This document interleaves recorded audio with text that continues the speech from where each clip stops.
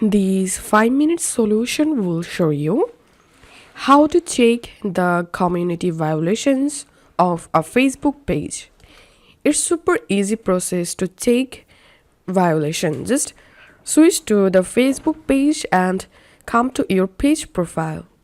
Once you are here, click on Professional Dashboard and here scroll down and click on Page Access. And now click on Page Status.